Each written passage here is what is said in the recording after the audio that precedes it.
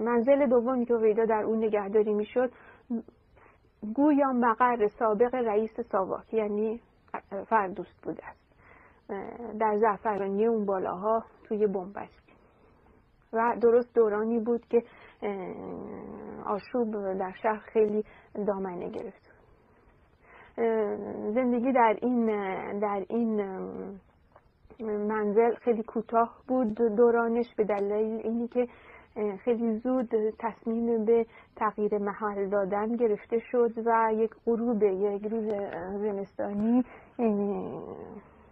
به مهمانسرای ساواک در شیان آقای هویدا منتقل شد. این مهمانسرای شیان در نزدیکی یا حتی بگم زیر پادگاه لویزان بود. در اونجا به نظر رسید که یک تحرکی وجود داره، برای اینکه تا اونجا که من اطلاع دارم یک روز قبل از اینی که ارتش بی‌تفاوتی خودشو اعلام کنه دیداری از هویدا شد و اون رئیس ساواک یعنی تیمسار مقدم بود. در این محل شرایط زندگی هویدا کمی بهتر شد به دلیل اینکه با اجازه دادن که در هوای آزاد راه بره و پرده های اتاقش باز باشن، یعنی نور به تو اتاق راه داشته باشه و با نور مصنوعی روشن نباشه.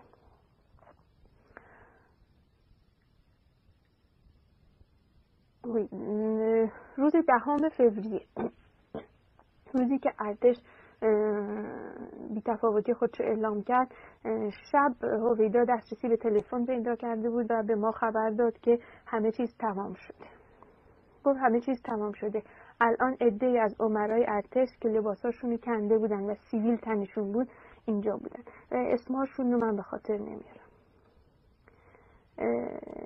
روز 11 فوریه ساعت 12 هویدا مجددا تلفن کرد و گفت دیگر من گارد ندارم، هیچ کس اینجا نیست، فقط یک دربون هست. باید اضافه کنم که این مهمانسرای ساواک یه باغ خیلی بزرگی بود و توی این باغ بنگلوهای مختلف ساخته شده بود و در ورودی بزرگی بود، یه دربون اونجا زندگی می‌کرد. ما گفتیم که من گفتم که خب ما میاییم.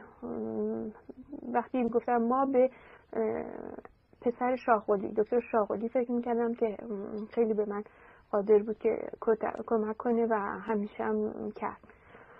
هویدا ظاهرا از اوضاع خیابون خبر داشت، گفت شما تا به من نمیتونین برسین، برای اینکه بلواست تو خیابون و راه دیگری باید فکر کرد.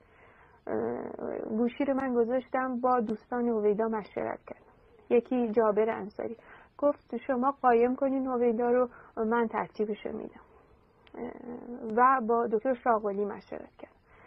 جواب اینها همه انعکاسشون این بود که بایستی ما خودمون به هویدا برسونیم و اون رو قایم کنیم.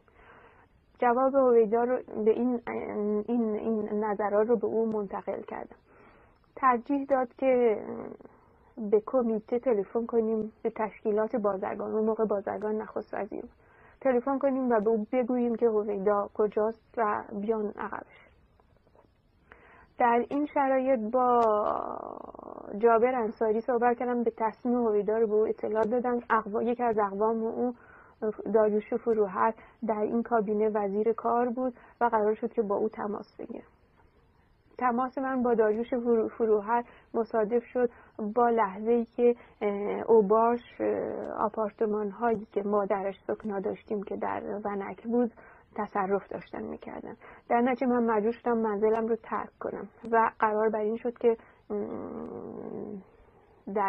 به محض اینکه در یه جای امنی بودم با آقای فروهر تماس بگیرم. این کار رو کردم و ایشون به من گفتن که پس شما بیایید به مقر حزب چه حزب یعنی نه حزب اینا چیزشون شد ناخه همین بختیار اینا تو کدوم حزب بودن؟ جبهه ملی. بیایید به مقر جبهه ملی، خیابان طرفای خردمند، اون طرف الان اسم سپند، خیابان سپند. ما به من و یکی از اقواممون با رفتیم به اونجا. عده زیادی آدم اونجا جمع بودن، همه نشسته بودن. آقای فروهر اومد و گفت که با بازرگان تماس گرفته و قرار بری شده که در معیت عده‌ای بریم به طرف مقر آقای امیدا و ایشون رو بیاریم ببرن. کسانی که با ما همراه بودن، یکی آخوند بود، عمامه سیاه، نمیدونم گرادش چی بود، آدم چاق بلند قدی بود. یک قاضی دادگستری، اسمش به خاطر نمیاد، یه وکیل دادگستری به نام میر کلالی که از اقوام نزدیک کلالی بود، رئیس حزب ایران. 2